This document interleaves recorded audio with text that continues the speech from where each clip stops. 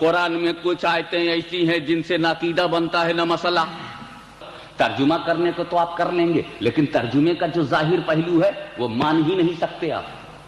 मान लेंगे तो आउट ऑफ इस्लाम हो जाएंगे। हालांकि कुरान है और कुरान का वो ट्रांसलेशन मानने से आपका इस्लाम गायब।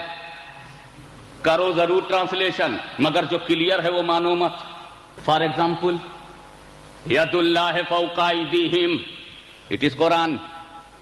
ट्रांसलेशन करने को तो कर ले जाएंगे, अल्लाह का हाथ उनके हाथों पर है। यदुल्लाह, यद माने हैंड, यदुल्लाह हैंड ऑफ अल्लाह, यदुल्लाह अल्लाह का हाथ। तर्जुमा करने को तो कर गए। अब कितने मौलवी हैं जो कुरान की बेसिस पर अल्लाह को हाथ माने।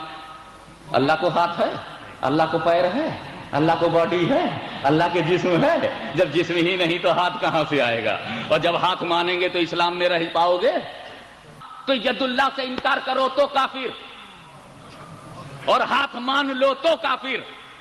तो मानने में भी गड़बड़ है, ना मानने में भी। तो कुरान में कुछ आयतें ऐसी हैं कि तर्जुमा किया जाता है, लेकिन जो तर्जुमे का क्लियर है, जो तर्जुमे में जाहिर हो रहा है, वो खुदा की मुराद नहीं है, वो खुदा की मंशा नहीं है, वो खुदा की मर्जी नहीं है। और जो खुदा की मर्जी है वो ट्रांसलेशन में मौजूद नहीं है, वो ट्रांसलेशन में क्लियर नहीं है। तो ऐसी आयत को मुतशाबिहात कहते हैं। तो आयत मुतशाबिह उसको कहते हैं कि you are able to translate but you are not able to accept. आयत को मानेंगे, आयत के एक एक लफ्ज को मानेंगे, कुरान की आयत के एक एक हर्फ को मानेंगे, मगर ट्रांसलेशन में जो क्लियर है वो तो कह देंगे भाई जो क्लियर है वो अल्लाह की मंशा नहीं है, और जो अल्लाह की मंशा है वो क्लियर नहीं है। मसलन कुल इन्नमा अना बशरुम मिसलुकुम, ए महबूब कह दीजिए। अब सवाल ये पैदा होता है रसूल ने ये बात किससे कही? I am a man like you, मैं बशर हूं तुम्हारी तरह, मिसलुकुम लाइक यू। तो ये यू में कौन लोग हैं? तो जलालैन शरीफ की तफसीर भी उठा के दीगर तफासीर भी देखेंगे तो मिलेगा आयिल कुफ्फार, यानी कुफ्फार से कहा रसूल ने।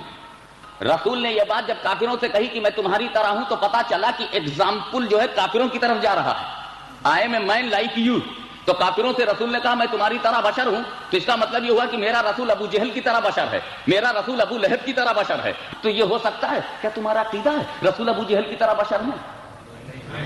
कोई मानेगा इस बात को कि रसूल अबू लहब की तरह बशर हैं, तो फिर अबू लहब से रसूल ने क्यों कहा?